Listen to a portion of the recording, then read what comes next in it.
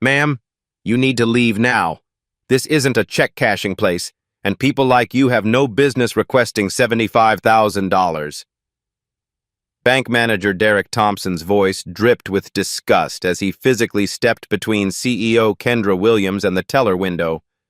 His eyes swept over her casual clothing with obvious contempt. Where did you even get this account information? Did you steal someone's banking details? Derek snatched the withdrawal slip from her hand like she'd contaminated it. $75,000? Lady, that's more than you probably see in 5 years. Kendra stood quietly in her faded jeans and university sweatshirt while Derek made a theatrical show for the lobby. He waved her ID in the air like evidence of fraud. Aaliyah, call security. We've got someone here trying to scam the system. His voice carried deliberate volume, ensuring every customer heard the accusation. Have you ever been treated like a criminal for trying to access your own money?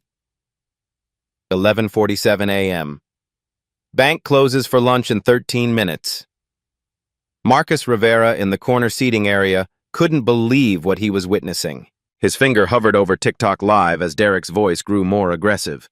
Lady, normal people don't just have $75,000 sitting around. Where did this money really come from?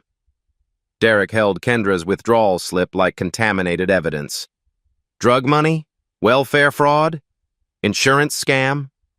The accusations hung in the air like toxic smoke. Other customers shifted uncomfortably, but their discomfort wasn't enough to make them intervene. Kendra's voice remained steady. I'd like to speak with your supervisor about processing my withdrawal. You'll speak with whoever I tell you to speak with. Derek rolled his eyes dramatically for his audience. And right now, that's security. Aaliyah, where's that call? Marcus pressed the record. His TikTok went live to 23 followers with the caption, Bank treating this sister like a criminal for her own money. The marble lobby felt electric with tension. Customers whispered behind manicured hands. An elderly white gentleman in an expensive suit approached the next teller without any verification questions. A young professional woman withdrew $2,000 cash with nothing more than a smile and small talk. But Kendra faced interrogation. Teller Aaliyah Johnson looked uncomfortable but followed Derek's lead. Ma'am, we'll need multiple forms of identification and proof of income before processing any large withdrawal. I have my driver's license and bank card, Kendra replied calmly. That's not enough, Derek interjected sharply. Anyone can steal an ID and card. We need employment verification, recent pay stubs, proof of address, and explanation of fund sources. Kendra reached into her leather portfolio, expensive but understated, with subtle gold initials KW embossed near the corner. Derek didn't notice the quality craftsmanship or designer details. Don't reach for anything suspicious, Derek warned loudly. Keep your hands where everyone can see them. The instruction was designed to humiliate, treating a banking customer like a robbery suspect in front of a lobby full of witnesses. Kendra pulled out her phone and speed-dialed a number. Patricia, it's Kendra. We need to discuss the First National timeline. Something urgent has come up. I'll call you back in 15 minutes. Derek overheard the words First National and paused. For a split second, uncertainty flickered across his face. But his commitment to the performance was stronger than his curiosity. 11:51 a.m. 9 minutes to lunch closure. Regional Manager Beverly Carter emerged from the back office, clipboard in hand and authority radiating from her silver hair and crisp business suit. What's the commotion out here? Beverly's tone suggested she'd already chosen sides based on Derek's body language. This customer is demanding a suspicious withdrawal, Derek explained, emphasizing demanding like it was obviously criminal behavior. $75,000. No legitimate explanation for the funds. Possible money laundering situation. Beverly examined Kendra with the same skepticism Derek had displayed. She took the driver's license and bank card, studying them under the bright lobby lights like a forensics expert. Ma'am, I understand you want access to money, but we have federal banking regulations to follow. Large cash withdrawals require extensive documentation and verification procedures. The condescension was thick as honey. Beverly spoke slowly, as if explaining basic concepts to someone with limited comprehension. "I'm simply requesting to access my account," Kendra said evenly. "Your alleged account," Beverly corrected.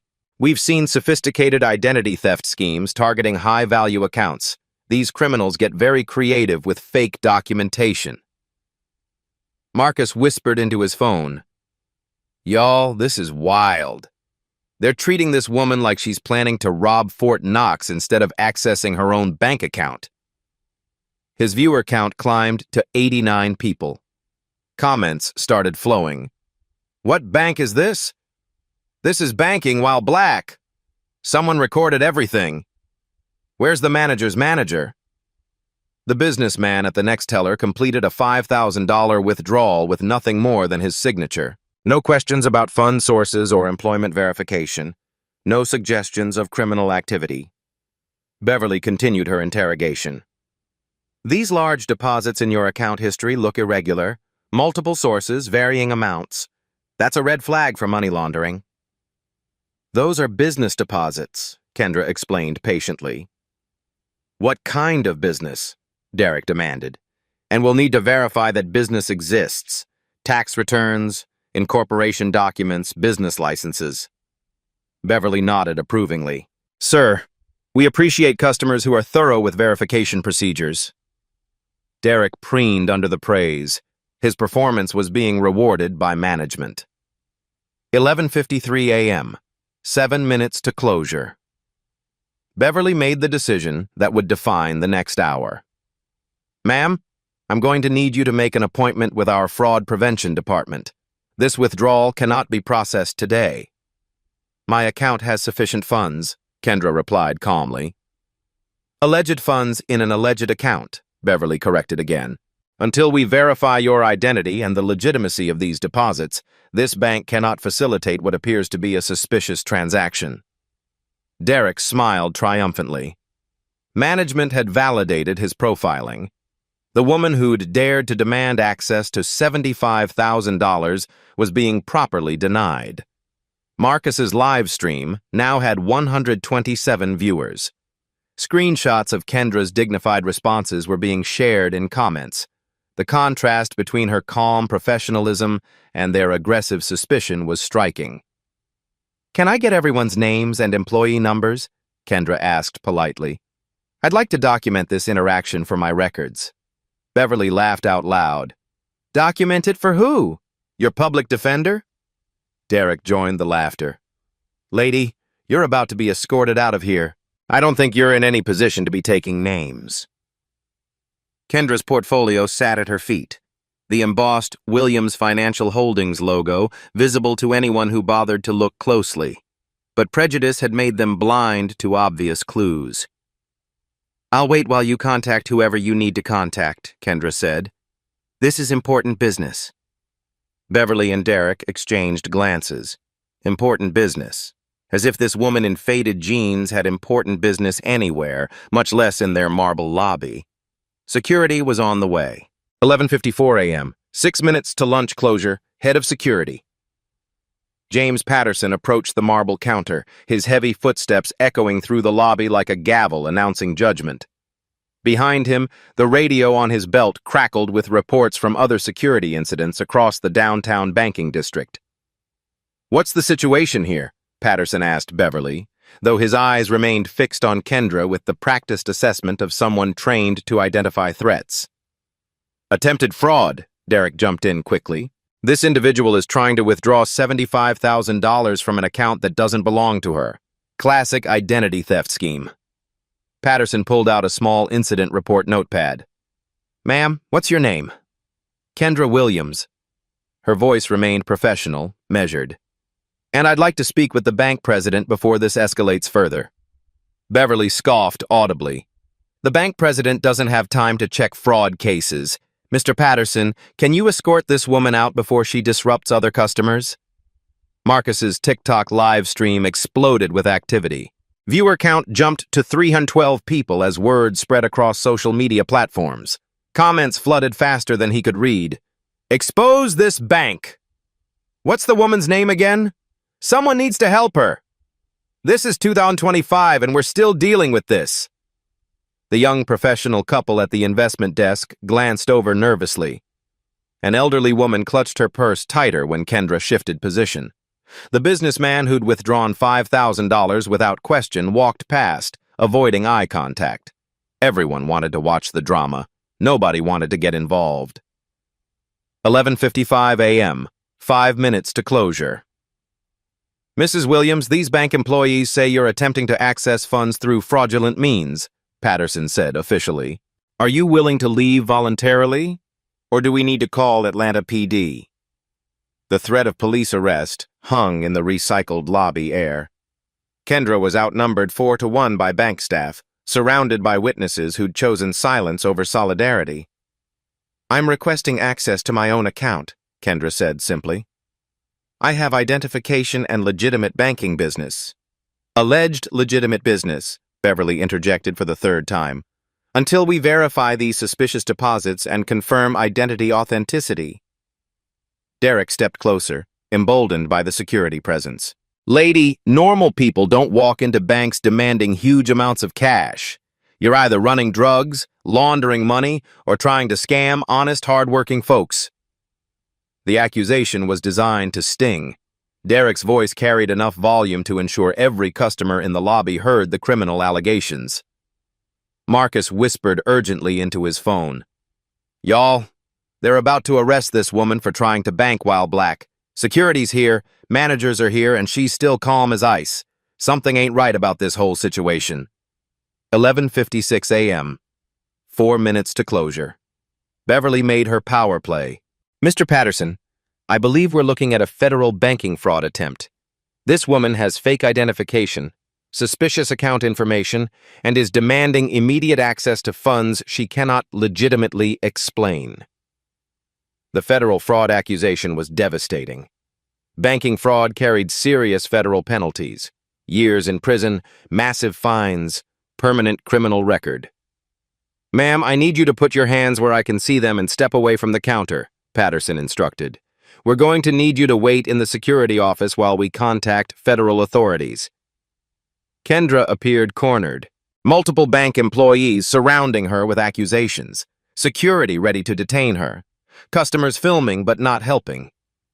Marcus's phone battery dropped to 67% as he raced to document everything. But something felt wrong to Patterson.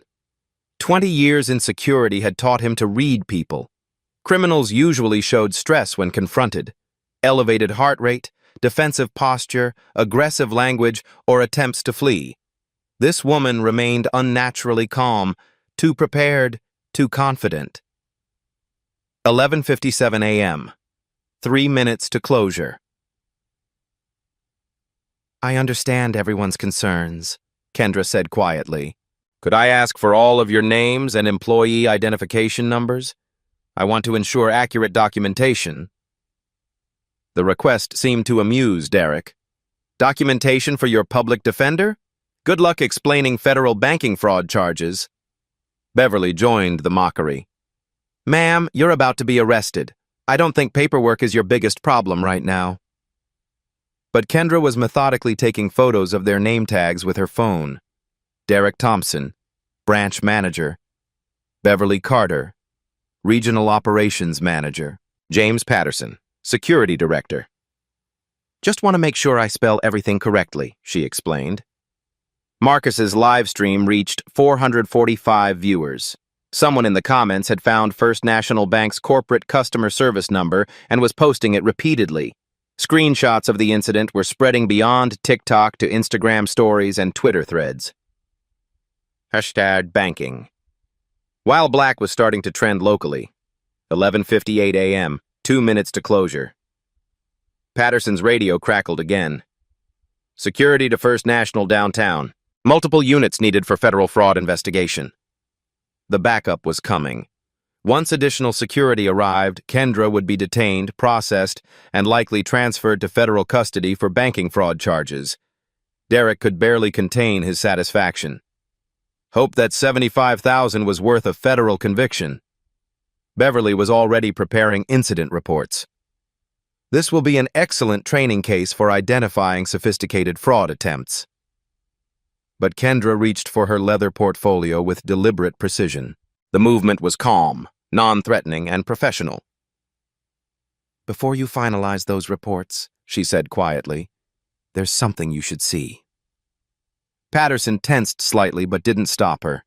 His instincts were telling him something important was about to happen. Kendra opened the portfolio and pulled out a folder marked with official corporate letterhead. The paper quality was expensive, the logo embossed with gold foil that caught the lobby lighting. "What now?" Beverly said with exasperation. "More fake documents won't help your case." Marcus's audience spiked to 567 viewers. Comments were getting more specific. "Someone Google Kendra Williams. This woman is too calm. Plot twist coming? She's got something up her sleeve." But most viewers were watching on phones, caught up in live drama. The Google searches would have to wait. 11:59 a.m. 1 minute to closure. Derek made his final play for authority. "Security, please remove this woman from the premises. We have actual customers to serve." Beverly nodded approvingly. "Mrs. Williams, you've disrupted our business long enough. Federal investigators can sort out your fraud case." Patterson reached for his handcuffs, preparing to detain Kendra until police arrived.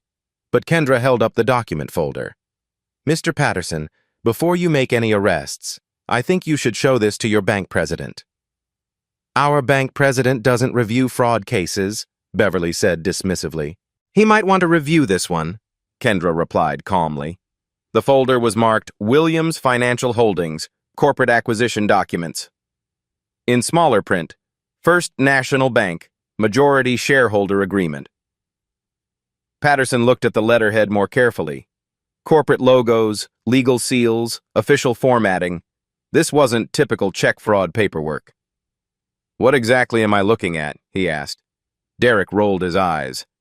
"More fake documents. Can we please just arrest her already?" But Beverly's expression was changing as she read over Patterson's shoulder. The color was slowly draining from her face. This says..." Beverly's voice caught in her throat. Marcus's phone battery hit 45%, but his viewer count reached 678 people. The comments were going wild with anticipation. Something big was about to happen. "What does it say?" Derek demanded impatiently. Beverly's hands were starting to shake as she held the document. "It says, Kendra Williams is..." The lobby fell silent except for the hum of air conditioning and Marcus's whispered commentary to his growing online audience. "She's what?" Derek pressed. Beverly looked up at Kendra with dawning horror. "She's the majority shareholder of First National Bank." 11:59 a.m. 1 minute to closure. The document in Beverly's trembling hands felt like it weighed 1,000 pounds. Williams Financial Holdings, Majority Shareholder Agreement, First National Bank, 67% controlling interest. Acquisition date, March 15th, 2024. "She's the majority shareholder of First National Bank," Beverly whispered, her voice barely audible above the lobby's air conditioning hum. Derek's confident expression cracked like ice under pressure. "What? That's impossible. This woman is trying to scam us with fake paperwork." But Patterson was reading the document more carefully. Corporate seals, legal signatures, official registration numbers. This wasn't counterfeit documentation. "Ma'am," Patterson said slowly, his handcuffs still in hand but his entire demeanor shifting. "Can you explain what I'm looking at here?" Kendra's voice remained calm, professional. "I'm Kendra Williams, Chairman and CEO of Williams Financial Holdings. We acquired controlling interest in First National Bank 8 months ago." The words hit the lobby like a sonic boom. Derek's face went pale. Aaliyah dropped her pen. Beverly's clipboard slipped from her fingers, papers scattering across the marble floor. Marcus's TikTok livestream exploded. Viewer count jumped from 678 to 1,200 people in 30 seconds. Comments flooded the screen faster than the app could display them. Plot twist. She owns the bank. This is better than Netflix. Derek is done. Oh my God! 12 p.m. Lunch closure time. Derek's world was collapsing in real time. 8 months ago, he'd celebrated the acquisition announcement. New ownership meant potential promotions, expanded opportunities, modernized systems. He'd never connected the Williams Financial Holdings name to the woman standing in front of him. "Chairman Williams," Patterson said quietly, his entire posture changing from aggressor to respectful employee. We had no idea you were conducting a customer service evaluation today." "It wasn't scheduled," Kendra replied.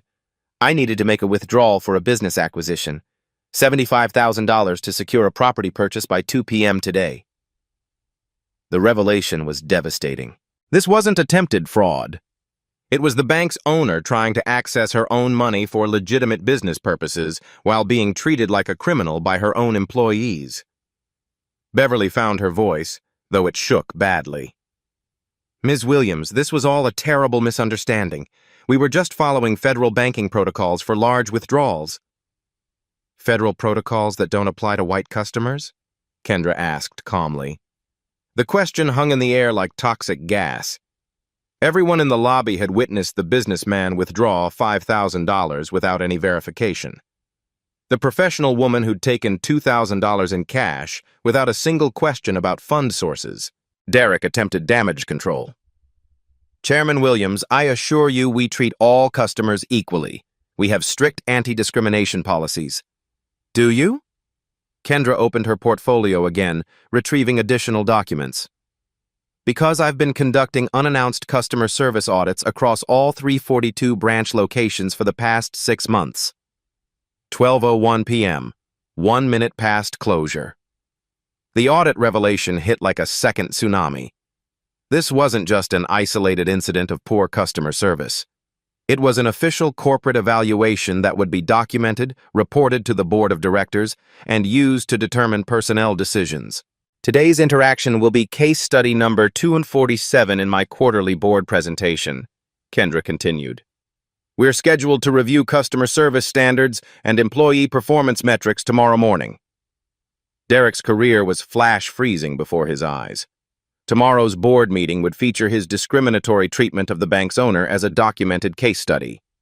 Marcus's phone battery dropped to 31%, but his viewer count hit 1,400 people.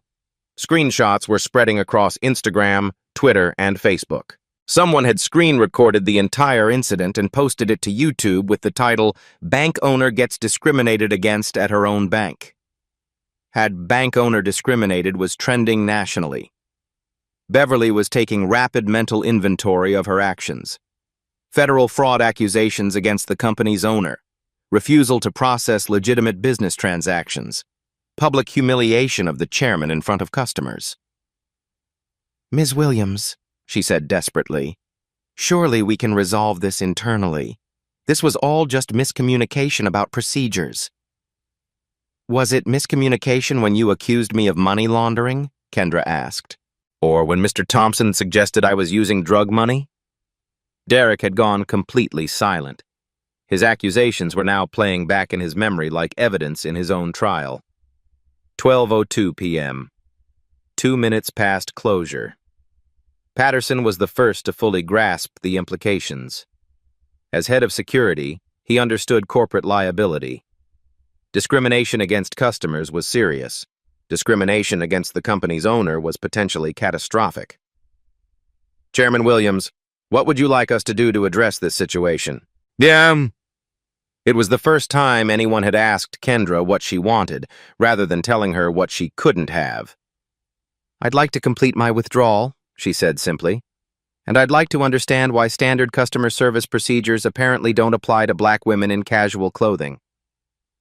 The lobby had gone completely silent. Other customers were recording on their phones, sensing they were witnessing something extraordinary. Kendra pulled out her phone and speed-dialed a number. "Patricia, it's Kendra. The customer service evaluation at Downtown First National is complete. We need to schedule an emergency board session for this afternoon." She paused, listening to the response. Yes, it's that serious. And contact legal. We'll need to review our discrimination liability policies. Derek overheard emergency board session and legal review. The words felt like nails in his professional coffin. 12:03 p.m. 3 minutes past closure. But Kendra wasn't finished revealing the scope of her influence. There's something else you should know, she said, reaching for one final document. Williams Financial Holdings doesn't just own First National Bank. She showed them a corporate portfolio summary. Regional Trust Bank, 34% ownership. Southern Commerce Bank, 42% ownership. Atlantic Financial, 29% ownership. Empire Bank and Trust, 51% controlling interest. We own significant stakes in 12 regional banks across the southeastern United States, Kendra explained. Today's incident will become a case study for bias training across all our financial institutions. The revelation expanded beyond First National. This discrimination would affect training programs, policy changes, and employee evaluations across an entire regional banking network. Marcus's live stream audience peaked at 1,600 viewers before his phone battery warning started interfering with the broadcast. But the damage was done. The incident was documented, shared, and spread across every major social platform. Beverly Carter understood she wasn't just facing internal discipline.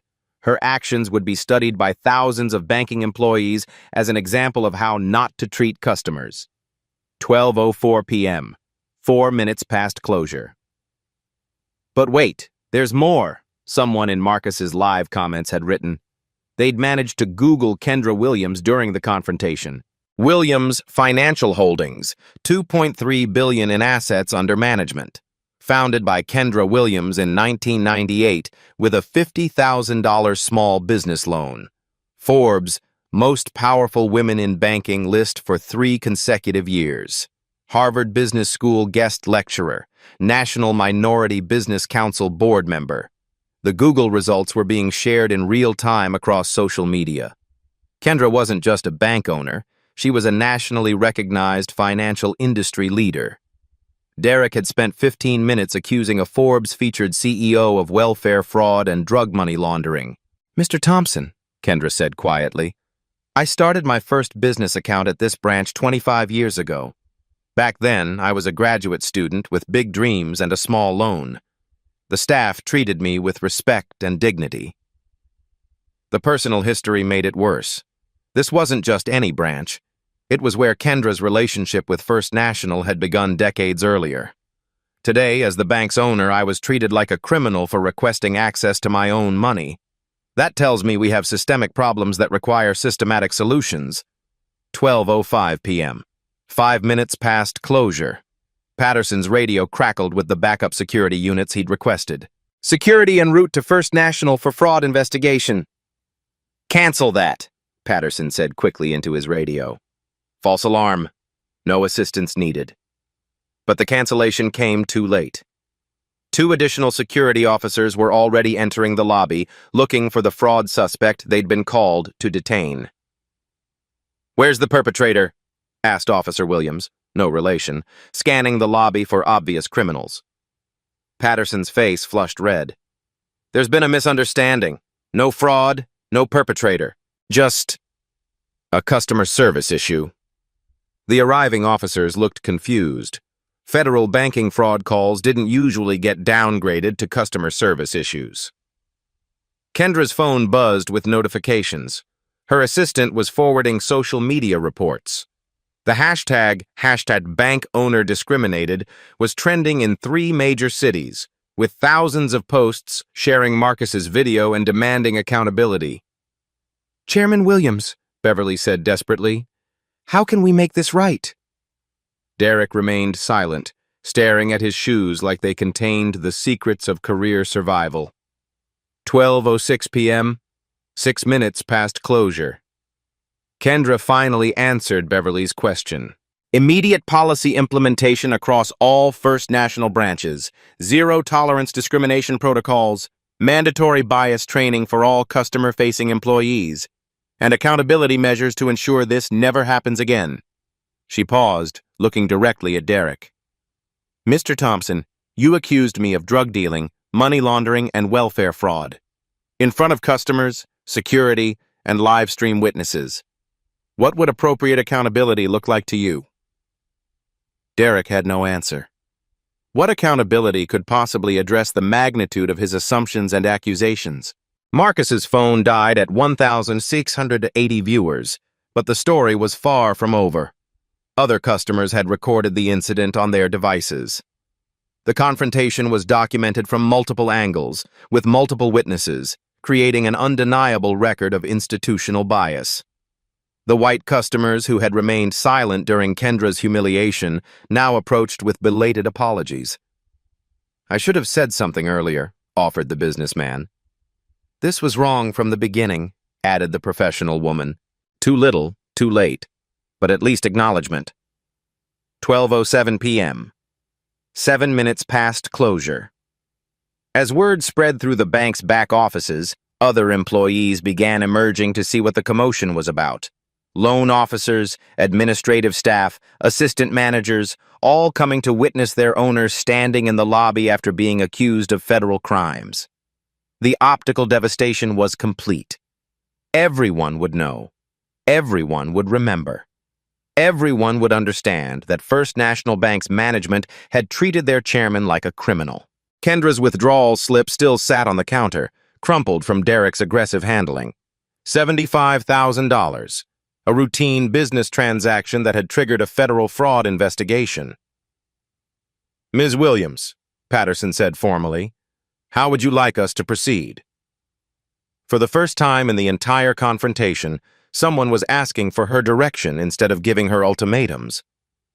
Kendra looked around the marble lobby, at the scattered papers, the embarrassed employees, the recording customers, the confused security officers. I'd like to speak with the bank president, she said calmly. We have some policies to review.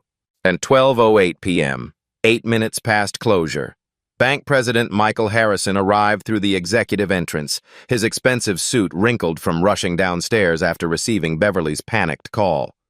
His face showed the strain of someone whose career was potentially ending in real time. Chairman Williams, he said breathlessly, I came as soon as I heard. I am deeply, profoundly sorry for what happened here today.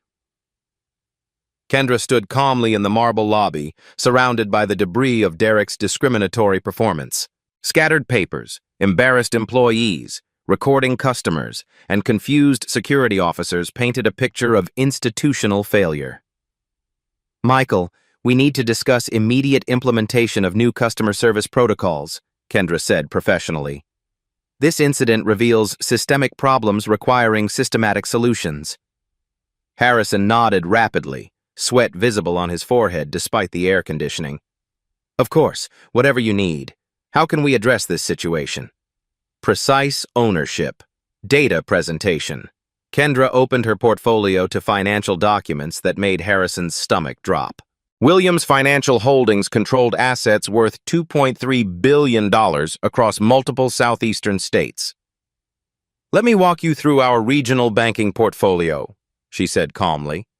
First National Bank, 67% controlling interest, purchased for $847 million. Regional Trust Bank, 34% ownership stake. Southern Commerce Bank, 42% equity position. Atlantic Financial, 29% investment. Empire Bank and Trust, 51% controlling shares. The numbers were staggering. Williams Financial Holdings wasn't just First National's owner, it was a major player in regional banking infrastructure. Across our 342 branch locations, we employ 12,000 people and serve 890,000 customers throughout Georgia, Alabama, South Carolina, North Carolina, and Tennessee. Derek remained silent, staring at his shoes. The scope of Kendra's influence was far beyond anything he'd imagined possible. Legal and financial leverage unveiled. As majority shareholder, Kendra continued, I have authority to terminate any employee without cause, modify operational policies, and direct corporate strategy. Today's discrimination incident will require board-level intervention. Harrison understood corporate liability better than anyone in the room. Discrimination against customers was serious. Discrimination against the company's owner could trigger federal banking investigations, stockholder lawsuits, and regulatory sanctions. Chairman Williams, what immediate actions would you recommend? Beverly stepped forward desperately. Surely this can be resolved internally. No need for formal board involvement. Beverly, discrimination against customers is formal board business, Kendra replied firmly, especially when the customer is the chairman of the board. Corporate performance metrics. Kendra pulled out quarterly performance reports that Harrison recognized immediately. Customer satisfaction scores, discrimination complaint statistics, employee training completion rates, all the metrics that determined executive bonuses and career advancement. First National's customer satisfaction currently sits at 73%. Industry average is 81%. Our discrimination complaints are 23% above industry standards. Customer retention in diverse communities is 45% below targets. The statistics were damning because they were precise. Not emotional arguments about fairness, but data-driven evidence of institutional underperformance. These numbers explain why Williams Financial Holdings acquisition was necessary, Kendra said. We're implementing bias prevention protocols across all our banking properties. Derek finally found his voice. Chairman Williams, I was just following standard verification procedures for large withdrawals. Standard procedures that don't apply to white customers? Kendra asked. We have security footage of today's transactions. Would you like me to review them with you? 12:12 p.m. 12 minutes past closure. The security footage threat was devastating. Video evidence would show Derek's discriminatory treatment compared to other customers' smooth transactions. Objective documentation of bias in action. Harrison made the corporate calculation quickly. What would immediate resolution look like, Chairman Williams? Comprehensive policy reform across all Williams Financial Holdings properties, Kendra replied without hesitation. Zero-tolerance discrimination protocols with immediate suspension for violations. Monthly bias training mandatory for all 12,000 employees. Anonymous reporting systems with direct board oversight. The demands were specific, measurable, and expensive. But they were also reasonable. The kind of programs progressive financial institutions were implementing proactively. The real scope of influence. There's something else we need to discuss, Kendra said, reaching for her phone. Williams Financial Holdings also provides consulting services to other regional banks. Today's incident will become a case study for the entire southeastern banking industry. She showed them her consulting client list. Independent banks, credit unions, financial cooperatives, all implementing Williams Financial's bias prevention and customer service training programs. This discrimination won't just affect First National's policies. It will influence training standards across 47 financial institutions in 5 states. The ripple effects kept expanding. What started as one branch manager's bias was now touching industry-wide accountability discussions. Federal regulatory implications. Additionally, Kendra continued, Williams Financial Holdings maintains relationships with federal banking regulators. The Federal Reserve, FDIC, and Office of the Comptroller of the Currency all monitor our compliance programs. Harrison's face went pale. Federal regulators took discrimination seriously, especially when it involved bank ownership and management. Today's incident could trigger federal compliance audits across all our properties. That means regulatory scrutiny, potential fines, and mandatory federal oversight of our customer service protocols. Derek realized his actions had potentially triggered a federal investigation of the entire bank holding company. 12:15 p.m. 15 minutes past closure. Beverly made one final attempt at damage control. Chairman Williams, I'm sure we can implement whatever changes you recommend without involving federal oversight. Beverly, federal oversight isn't optional when discrimination occurs at federally regulated financial institutions, Kendra explained. This incident will be reported to appropriate regulatory authorities as required by law. The legal requirements were non-negotiable. Banks had mandatory reporting obligations for discrimination incidents, especially those involving ownership and management. Harrison understood the implications. What timeline are we looking at for policy implementation? Immediate changes to customer verification procedures. All large withdrawal protocols will be standardized regardless of customer appearance.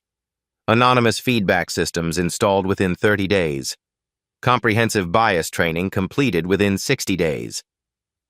Ultimatum delivered. Kendra's phone rang. The caller ID showed Federal Reserve Bank of Atlanta, Compliance Division. "Excuse me," she said, answering the call.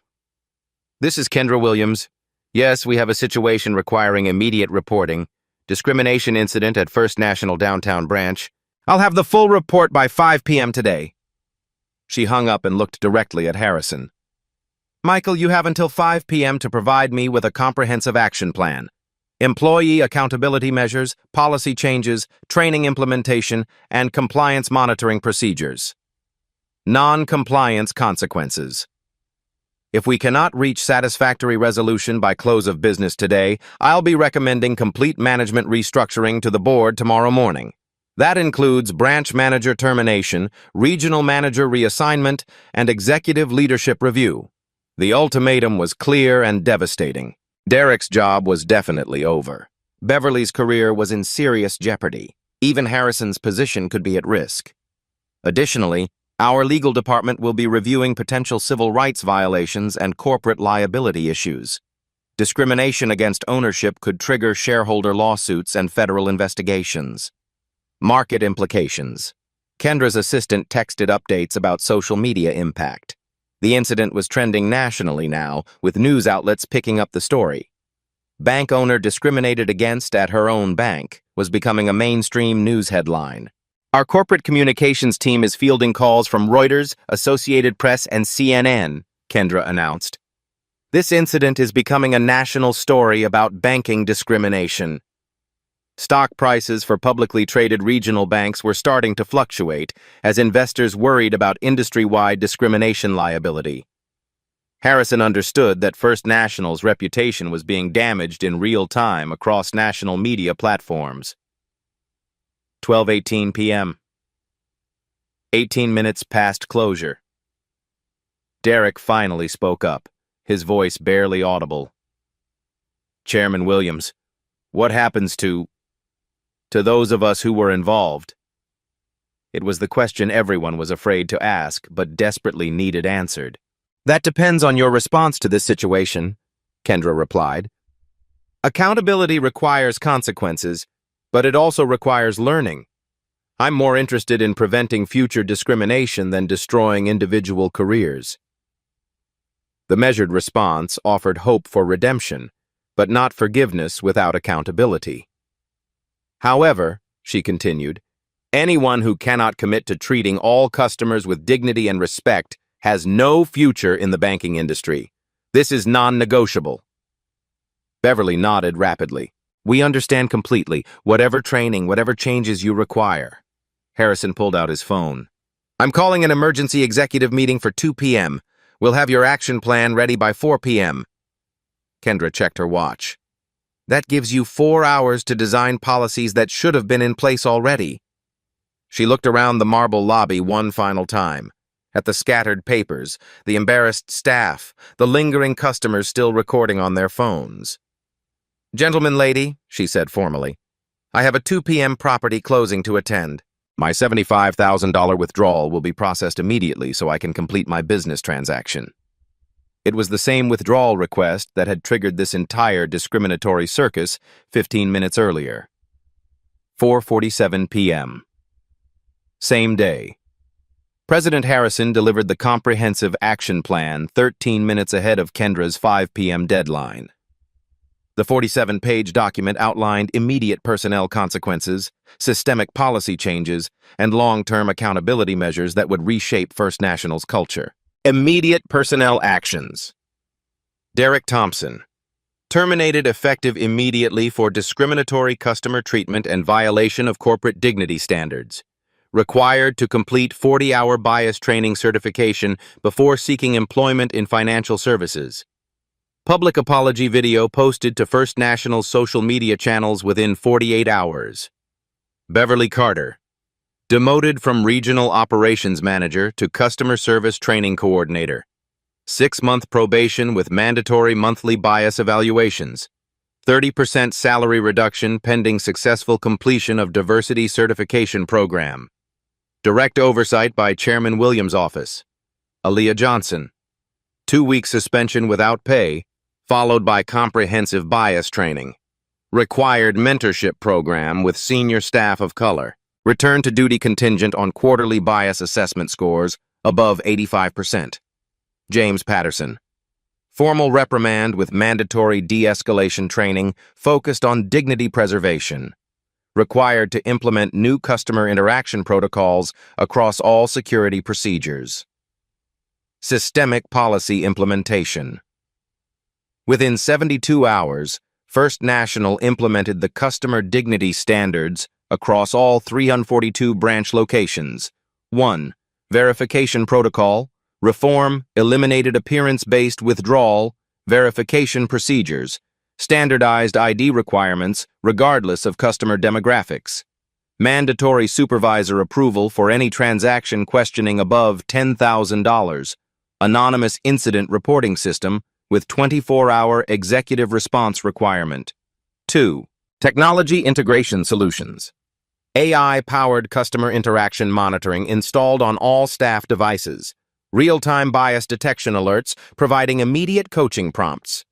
Customer demographic analysis, identifying discrimination patterns quarterly. Mobile app, enabling immediate discrimination, incident reporting with geolocation. 3. Training revolution, monthly, 4-hour bias. Prevention workshops, mandatory for all 12,000 employees. Quarterly mystery customer audits conducted by diverse community partners. Executive compensation directly tied to inclusion metrics. Achievement. Public semi-annual diversity progress reports with measurable outcomes. Derek's public accountability.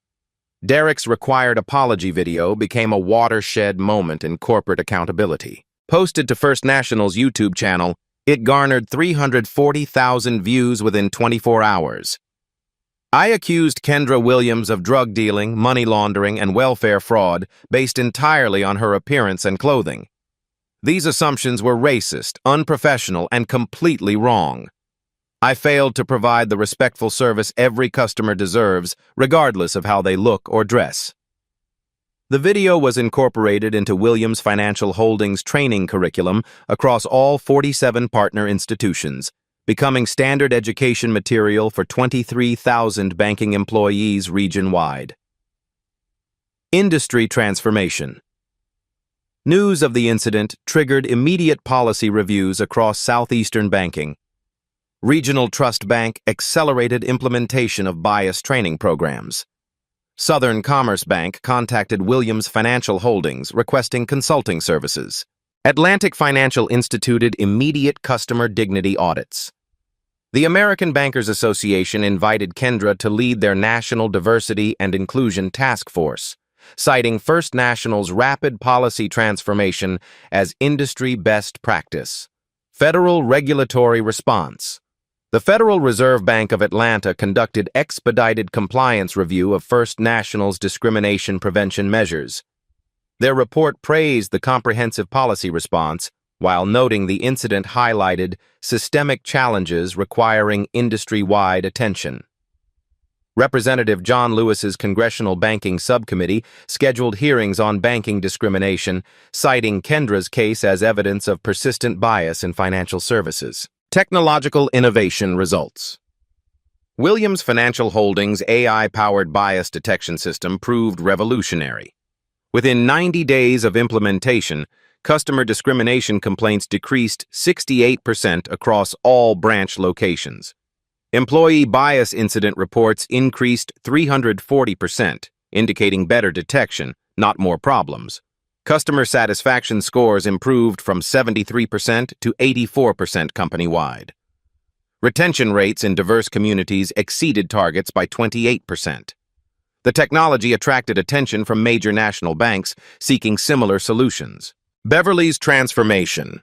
Beverly Carter's demotion became an opportunity for genuine growth. Her new role designing customer service training programs forced her to confront unconscious bias systematically.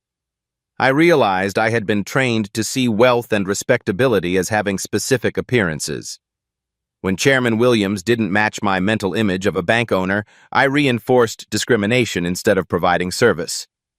Her training modules were adopted across Williams Financial Holdings' entire network, reaching thousands of employees. Corporate accountability measures.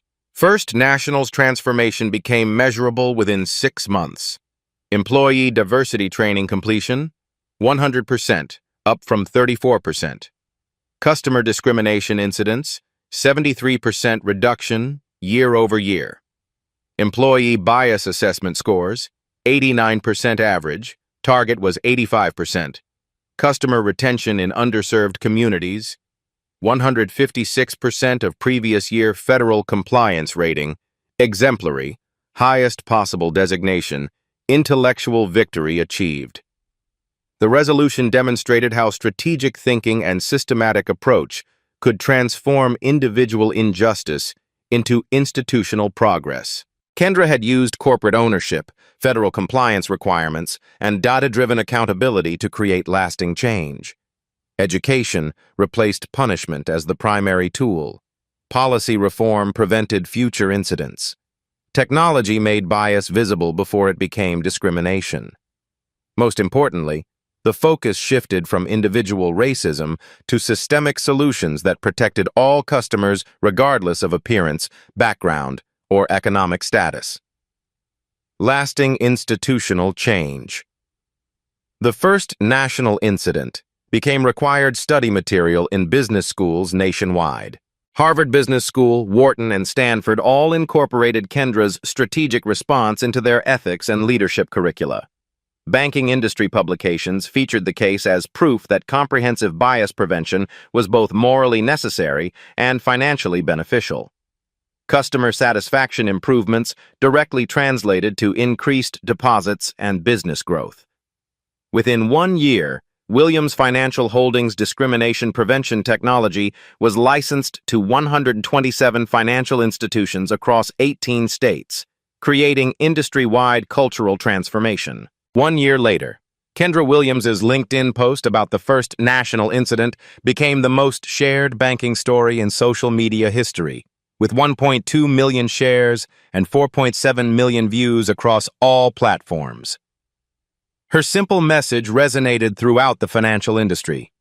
True ownership means creating spaces where everyone feels they belong, regardless of how they look when they walk through your doors. Personal legacy established. Forbes featured Kendra on their cover story. The bank owner who changed an industry. The article detailed how strategic ownership, calm leadership, and systematic thinking transformed individual discrimination into collective institutional progress. Harvard Business School invited her as their keynote speaker for Leadership and Ethics Week. Her presentation, "When Customers Own the Company," became required viewing for MBA students studying corporate social responsibility. Kendra's children's book, The Lady Who Owned the Bank, became a bestseller in elementary schools nationwide, teaching young readers about economic empowerment and standing up to injustice through preparation rather than anger. Social transformation impact. Marcus Rivera's original TikTok recording was archived in the Smithsonian's National Museum of African American History and Culture as documentation of modern civil rights activism and the power of citizen journalism in creating accountability. The hashtag #BankOwnerDiscriminated evolved into #economic empowerment, tracking positive stories of Black business ownership and financial independence across social media platforms. What started as documentation of discrimination became celebration of strategic thinking and wealth building as tools for social justice. Corporate evolution success. Williams Financial Holdings grew from a $2.3 billion company to a $4.1 billion industry leader in bias prevention technology and inclusive banking practices. Their customer dignity protocols became the gold standard adopted by 247 financial institutions across 23 states. First National Bank received the NAACP's Corporate Excellence Award for Inclusive Banking Practices.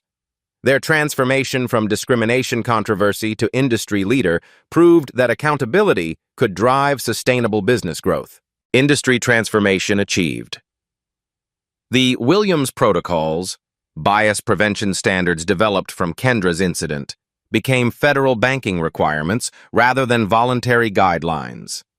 The Office of the Comptroller of the Currency now mandates quarterly discrimination audits for all federally chartered banks.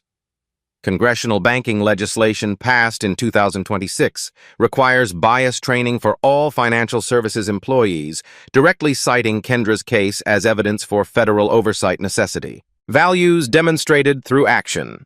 These touching stories and real-life stories showcase principles that create lasting change beyond individual victories. Strategic ownership over righteous anger. Kendra's power came from building wealth and acquiring assets before needing leverage. Economic empowerment provides sustainable influence for social justice. Systematic solutions over personal revenge. Rather than destroying careers, she focused on preventing future discrimination through technology, training, and accountability systems. Data-driven change over emotional appeals. Metrics, compliance requirements, and federal regulations proved more powerful than moral arguments. Measured responses create measurable progress. Economic empowerment over social media activism. Real ownership builds real power to transform institutions from within rather than protesting from outside. Call to action for change. These Black stories matter because they demonstrate how individual preparation creates collective progress. Your experiences with banking discrimination, bias, or financial exclusion aren't just personal struggles. They're evidence for systematic reform. Share your own life stories about financial discrimination in the comments below. Whether you've been profiled at banks, denied services, or treated differently because of your appearance, your voice strengthens the case for continued accountability. If this story inspired you, share this video to remind others that true power comes from ownership, preparation, and strategic thinking. Subscribe to Black Tales Stories for more real-life stories of economic empowerment, quiet power, and systematic change. Remember, your story isn't just your story. It's preparation for the next person's victory.